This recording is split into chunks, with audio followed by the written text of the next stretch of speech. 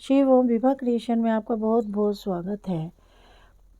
माँ जी, ये 5,000 रुपये आप अपने पास रखिए। ये बोलते हुए बहू ने सास को 5,000 रुपये दिए और बहू अपने ऑफिस जाने के लिए निकल गई।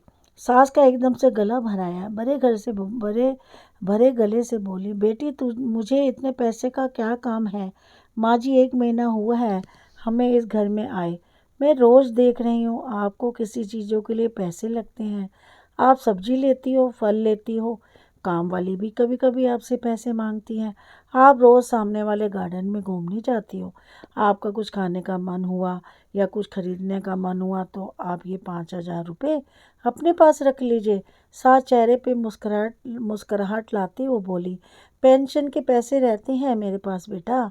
इस पर बहू बोली, माँ जी, आप गार्डन में जाती हैं, वहाँ आप फ्रेंड बनाए, कभी हवा में कभी मन हुआ तो पिक्चर देखने जाएं, पार्टी दो और एंजॉय करो, पार्टी करो, अपनी ज़िंदगी की खुल कर जियो माँ जी।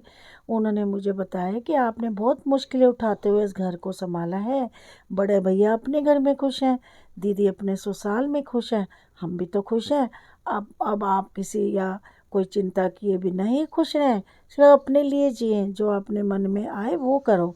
मैं जानती हूँ आपने अपनी कितनी मुश्किलें उठाई हैं इस परिवार को संभालने के लिए।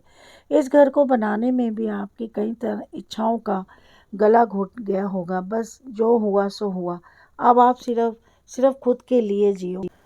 बेटी, इतनी उम्र में इतनी बड़ी बड़ी बातें कहाँ से सीखी तूने? माँ जी, जब मैं 12 साल की थी तब एक दिन मेरी दादी बुआ के यहाँ जा रही थी। मेरी माँ ने दादी को 500 रुपये उनके हाथ पर रखे और बोली, वहाँ बच्चों को बाहर ले जाना, नानी की तरफ से कुछ खाने पीने पे खर्च करना, खिलौने लेकर देना। दादी मम्मी के गले लगकर रोने लग गई और मैंने इतने पैसे आज तक कभी भी दिल खोल कर खर्च नहीं किए, ऐसा बोलने लगी। तभी से मम्मी और दादी का व्यवहार आपस में अच्छी सहेली जैसा हो गया। माँ जी, मुझे ये भी पता है कि इस परिवार को संभालने के लिए आपको अपनी जॉब भी छोड़नी पड़ी। कितना बुरा लगा होगा आपको, अपनी इच्छाओं महत्वाकांक्षाओं का दम घोटना पड़ा होगा। इसके बाद हर छोटी बड़ी बात के लिए आपको पति के सामने हाथ फैलाना पड़ रहा होगा, जब पति भी उपकार किए बिना जैसे पैसे दिया करते थे। माँ जी, आज से आप अपनी पेंशन को खर्च ना करें, पेंशन पैसे अपने पास ही रहने दीजिएगा।